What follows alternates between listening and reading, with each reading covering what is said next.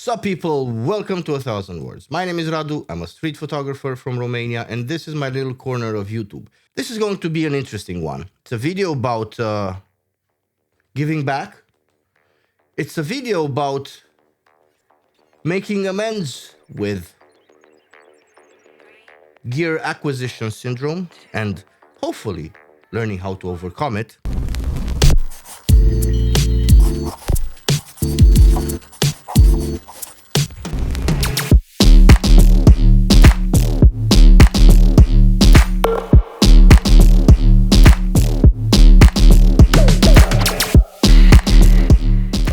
It's a bit tongue-in-cheek, I know, but the meme is meant to describe a situation where you want something, but you maybe, possibly, perhaps have that thing, but better already at home. It's how I managed to make peace with the fact that my Sony A7R III doesn't have a soul, and perhaps it's for the better. It's how I learned to love this camera because I recently, well rather quasi-recently, a few months ago, made a video where I talked about how I simply could not get along with this camera. On the subject of giving back, and in thanks to all of you out there, both to those of you subscribed and to those of you unsubscribed, because both of your time is worthwhile and has helped me reach and surpass 2,000 subs. I think I have about 2,200 by now. I have also recently been able to monetize this channel, and this is also thanks to you. And I've recently gotten my second payment off of YouTube. So yeah, hooray for that. It's really measly if we're talking about amounts. My first payment was about 70 euros. My second payment was closer to 80 euros. It's still something. It's not something I take for granted because it allows me to pay for YouTube Premium. It allows me to pay for a beer or two every now and then. It allows me to pay my subscription to Artlist, where I get my music from. So yeah, giving thanks. And also because I tried to do this giveaway in the last video I made, where I reviewed the Valo Z-35, but it went really badly because I seem to have done a really piss poor job at basically everything that has to do with a giveaway because nobody even entered. I forgot to mention one of the most important requirements to enter this giveaway, so apparently nobody even entered the giveaway. So I'm doing this all over again, and I'm doing this now. What do you stand to win? First up, it's this. It's the Industar 50, the Tessar design, the 50mm f3.5. It's an M39 mount, vintage lens. It's the rigid version of the collapsible Industar 22. Optically, they're identical. It's the same really sharp, really great Tessar design, but this is the rigid version. There's also this quite petite Sony, vintage by now, compact digital point-and-shoot camera, the Steady Shot DSC W530, for what it's worth. It's a really tiny, it's like this. It's half the size of my palm, not even that. It's really, really tiny, compact. It's a 12 megapixel. Oh, no, it's a 14.1 megapixel camera. So yeah, take that with a grain of salt because this is, I think it's more than 10 years old, but still, it's fully functional. It works great. It comes with a 4 gig SanDisk SD card, a charger, an original battery. It's a bit scuffed. There's a missing port cover here, but hey, it is what it is. It's free. Give it to your kid. Use it. Trash it. Destroy it. Do whatever you want with it. And there's also this. The Samsung Pheno 800, a compact point-and-shoot film camera with a 38 to 80mm zoom lens, very graciously and kindly donated to this giveaway by my dear friend Paul. He's also a subscriber to the channel. He also has a channel of his own named Modern versus Vintage, where he is sadly very inactive lately. So go bother him there, subscribe to the channel and bother him, ask him to make some more damn videos. So yeah, a vintage lens, a vintage film camera, a vintage digital camera. This is up for grabs. And this time I will also be covering shipping costs. So at no cost to you whatsoever. I'm also going to be shipping worldwide, with the exception, obviously enough, of war-torn countries or countries where I generally am unable to ship to for circumstances beyond my control. There's three important things, three important requirements that you have to meet in order to participate. Subscribe to this YouTube channel of mine. I will check. Secondly, follow me on Instagram and I will check. And thirdly, comment down below and let me have your Instagram handle. Write your username, your Instagram username down below in order for me to check out your work and perhaps follow you if I enjoy your work. And more importantly, so I can verify if you do follow me on Instagram. I will let this run for about a month now, maybe more. So what now? It's like mid-December, early December. I will let this run until perhaps mid to late January, when I will use one of those comment picker thingamajigs that will obviously pick out a comment and thus a winner. Good luck in the giveaway. Yet again, I decided to call this We Have the X100VI at Home. And I did that for two reasons, because the Fuji X100, the entire lineup, and even more so the X100VI recently launched, is meant to symbolize, the way I use this meme, is meant to symbolize a perfect unicorn camera. A camera that's justifiably enough very desired by most everybody. I want to remind you of my video where I talked about how I really couldn't get along with the A7R III, how it's the best camera I ever used, but I dislike it. This is coming at a point in time where I seem to have finally gotten to grips with the fact that this camera has no soul and why that's a good thing. And you know about my G.A.S. You know I've been dreaming about switching from this to perhaps yet again Fuji, even though I was so disappointed with them. And if not Fuji, Olympus, I spent a lot of time doing a lot of window shopping where I would imagine selling this, sending it to MPB, or perhaps selling it on the used local market and buying into the OM5 and the XT3 again. And I realized that all the cameras I'm dreaming to replace this with are inferior cameras. What they do have, and this does not, is soul and character. But in all other respects, they are inferior. They have worse viewfinders. They have worse image quality. They have worse handling. They have worse battery life. They have worse lens selection. They have worse screens. They have worse build. They have a lesser sensor. They're worse in each and every way. Worse autofocus, worse button customizability, worse button customizability. Oh Jesus, I think I'm having a stroke. The point is, the thing that kept drawing me to those cameras was something very ineffable, something really devoid from actual photography. It was the experience, it was the look of it.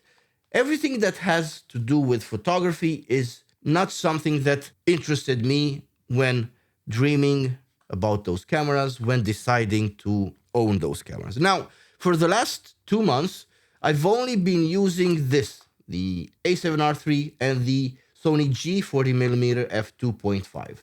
And for all intents and purposes, this has served me as my X100VI. Now, what is it about the X100 that's so likable and desirable? First off, it's that it's very compact on the one hand. Now, sure, it's not as light nor is it as thin, nor is it as small, but it's certainly close enough. If you compare them side by side, this is only marginally bigger in volume, only marginally heavier. Well, as far as weight goes, this is perhaps considerably heavier, but for all intents and purposes, this is really portable. I use this Peak Design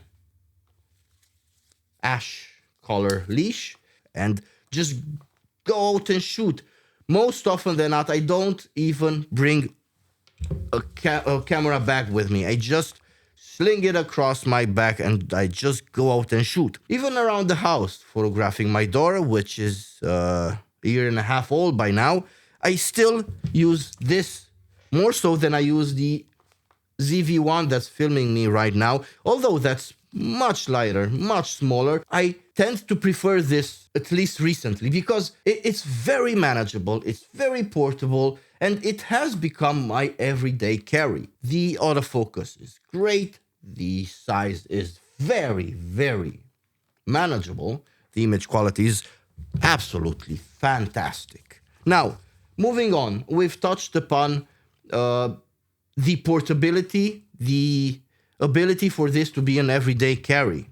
Now, sure enough, the X100 has always been a thing of desire because of its looks. And remember how I mentioned that this doesn't have a soul and perhaps that could prove to be a good thing? This is just like a tool. Sure enough, I think it's sexy, it's pretty nice looking, but it's nowhere near the pizzazz that the X100 series or even the X-T3 and even some of Olympus cameras do have. At the end of the day, it's about taking pictures, and at the end of the day, I think that might just move the responsibility in your hands to put soul in your pictures and not rely on cameras to put the soul into you. This may seem like a bit of nonsense to some of you, but I want to quote Paul. Hey, Paul, if you're watching, he said that the best cure for gas is just going out and taking pictures.